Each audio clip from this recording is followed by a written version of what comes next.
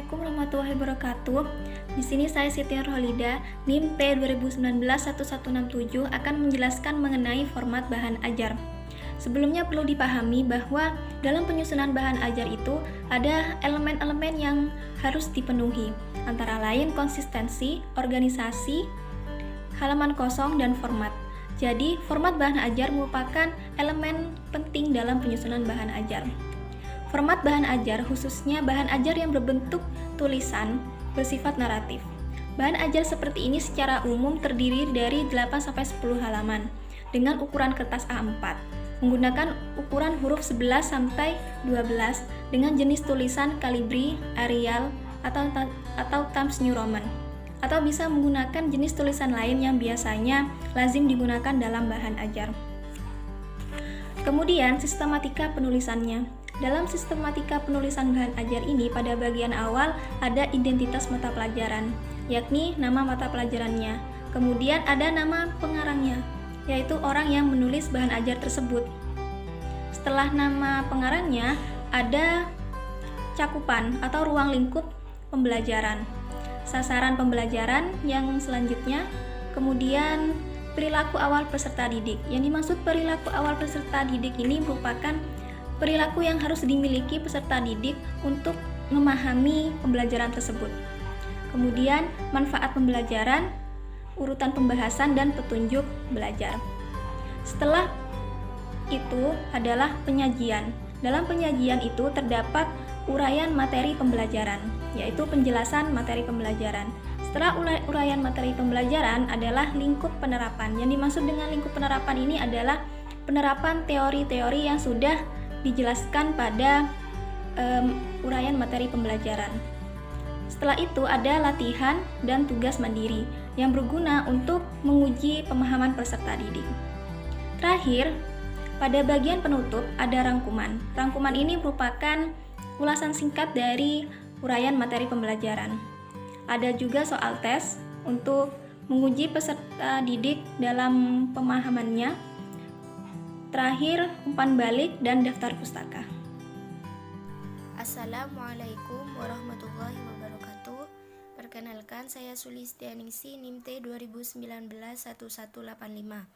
Di sini saya akan menjelaskan tentang komponen bahan ajar. Komponen pembelajaran di sini yang paling berpengaruh terhadap proses pembelajaran adalah bahan atau buku ajar, sehingga banyak guru yang mengajar dengan mengikuti urutan penyajian atau kegiatan-kegiatan pembelajaran yang dirancang dalam buku ajar.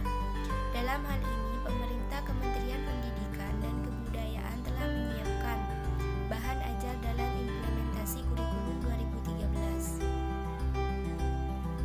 Oleh karena itu, guru wajib menggunakan buku-buku tersebut dalam proses pembelajaran.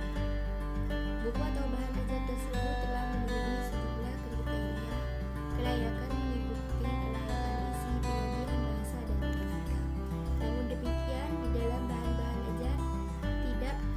secara memadai dalam mengintegrasikan penumbuhan budi pekerti. Oleh karena itu, guru hendaknya merancang silabus dan RPP yang berwawasan penumbuhan budi pekerti sehingga bagian-bagian tertentu bahan ajar perlu diadaptasi. Pada umumnya, bahan ajar berbasis aktivitas atau kegiatan. Sebuah aktivitas atau kegiatan diwadahi secara eksplisit atau implisit terbentuk atas secara umum, aktivitas pembelajaran yang berpotensi pada menumbuhkan budi pekerti peserta didik harus memenuhi kriteria. Di antara yang pertama yaitu tujuan, yang kedua input, yang ketiga aktivitas, yang keempat pengaturan atau setting, yang kelima peran guru, yang keenam peran peserta didik. Buku ajar merupakan buku pegangan yang digunakan sebagai media atau sumber belajar.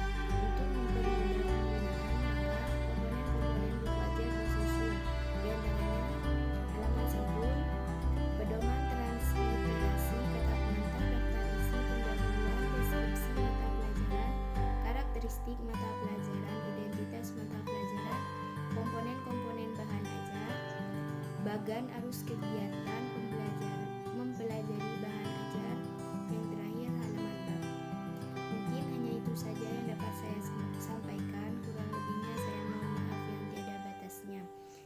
akhirul kalam. Assalamualaikum warahmatullahi wabarakatuh. Saya Tarisya Alfida Rahmanin, T2019-1196. Di sini saya akan melanjutkan pembahasan mengenai evaluasi bahan ajar. Beberapa ahli telah mengungkapkan pendapatnya mengenai pengertian dari evaluasi. Yang pertama yaitu Rap-Taylor. Evaluasi adalah proses untuk menentukan sejauh mana tujuan pendidikan dapat dicapai dan upaya mendokumentasikan kecocokan antara hasil belajar peserta didik dengan tujuan program. Yang kedua yaitu pendapat menurut Eisner. Evaluasi adalah memutuskan suatu program secara kritis menggunakan jasa keahlian. Dan yang ketiga yaitu menurut Rounlut yang mengungkapkan pendapatnya mengenai pengertian evaluasi yaitu suatu proses yang sistematis untuk menentukan sejauh mana tujuan pengajaran dapat dicapai oleh peserta didik. Dari pengertian yang telah dijelaskan sebelumnya, dapat kita ambil garis besarnya bahwa evaluasi adalah suatu proses pengukuran yang dilakukan secara terus-menerus, baik dilaksanakan pada awal, akhir maupun saat pembelajaran berlangsung, guna untuk mengetahui kemampuan yang dimiliki oleh peserta didik. Selain dari pengertian, di dalam evaluasi pembelajaran terdapat pula fungsi evaluasi dan tujuan dari evaluasi yang harus dipahami oleh pendidik.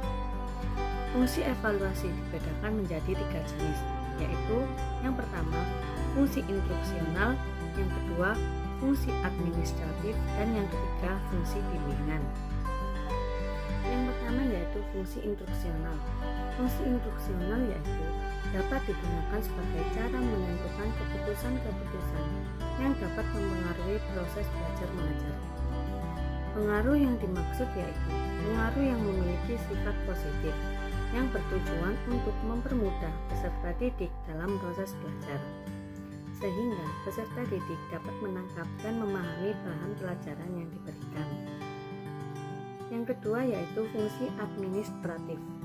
Fungsi administratif yaitu fungsi evaluasi yang memiliki tujuan untuk mengumpulkan data dan informasi yang berupa nilai-nilai guna untuk menentukan apakah peserta didik mampu melanjutkan ke jenjang yang lebih ataupun tidak. Dalam fungsi administratif terdapat 4 tujuan utama untuk menetapkan hal-hal yang diantaranya adalah keputusan seleksi, keputusan klasifikasi, keputusan penempatan, dan keputusan penelitian. Yang ketiga yaitu fungsi bimbingan. Fungsi bimbingan yaitu mengetahui pengalaman belajar pengajar yang dapat menunjukkan bahwa proses belajar mengajar tidak selalu berjalan dengan lancar ataupun tidak terdapat rintangan, baik dari pendidik maupun dari peserta didik. Terhambatnya peserta didik dalam melakukan proses pembelajaran dapat disebabkan oleh masalah-masalah pribadi maupun masalah yang lainnya. Setelah membahas fungsi dari evaluasi, selanjutnya yang akan dibahas yaitu mengenai tujuan evaluasi. Jika ingin melakukan evaluasi, pendidik hendaknya terlebih dahulu harus mengetahui dan memahami mengenai tujuan dan fungsi dari evaluasi. Jika pendidik tidak memahami, maka pendidik akan mengalami kesulitan dalam merencanakan serta melaksanakan evaluasi.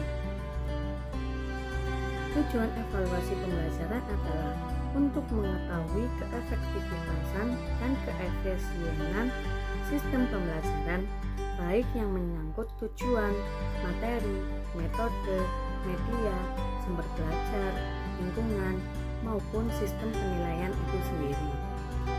Sedangkan tujuan khusus dari evaluasi pembelajaran itu sendiri adalah dapat berupa evaluasi perencanaan pengembangan, evaluasi monitoring, evaluasi dampak, evaluasi efisien ekonomis, dan evaluasi program komprehensif. Assalamualaikum warahmatullahi wabarakatuh. Saya Basadati Islamia, NIM T2019-158. Di sini saya akan melanjutkan penjelasan dari Mbak Aisyah.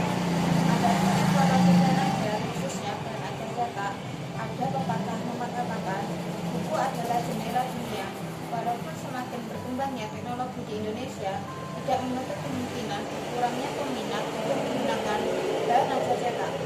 Untuk memberikan hasil optimal, dapat melakukan evaluasi bahan ajar, khususnya bahan ajar cetak diperlukan pendekatan yang sistematis dan terencana. Evaluasi dilakukan untuk semua aspek yang menyangkut kualitas bahan ajar cetak, materi, biaya, distribusi. Meskipun demikian, ada kalanya guru tidak dapat melakukan evaluasi yang lengkap karena alasan kebutuhan atau kendala lain. Alasan-alasan ini menyebabkan berkembangnya beragam format alat bantu dalam evaluasi. Setiap format evaluasi memiliki fokus utama yang disesuaikan dengan alasan dilakukannya evaluasi.